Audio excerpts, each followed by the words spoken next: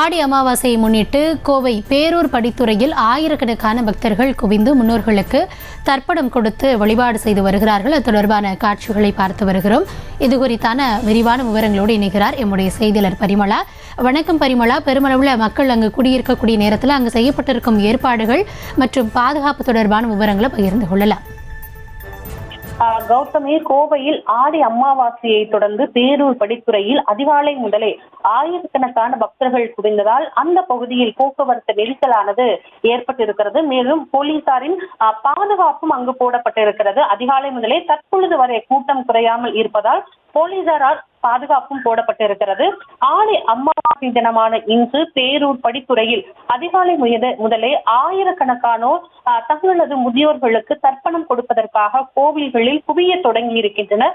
தமது முன்னோர்களுக்கு தர்ப்பணம் கொடுக்கும் விதமாக குடும்பங்களுடன் வந்து அதிகாலையிலேயே படித்துறையில் நீராடி அவர்களுக்கு பிடித்தமான பொருட்களை வாங்கி வந்து தர்ப்பணம் கொடுத்து வருகின்றனர். இதனால் கோவை மற்றும் அதன் சுற்று வட்டார பகுதிகளில் இருக்கக்கூடிய ஏராளமான கிராமங்கள் மற்றும் அந்த பகுதிகளை சார்ந்த மக்கள் அனைவருமே பேரூர் படித்துறையில் குவிந்ததால் காலை முதலே அங்கு போக்குவரத்து நெரிசலும் காணப்படுகிறது. கௌதமி, விவரங்களுக்கு நன்றி பரிமளா.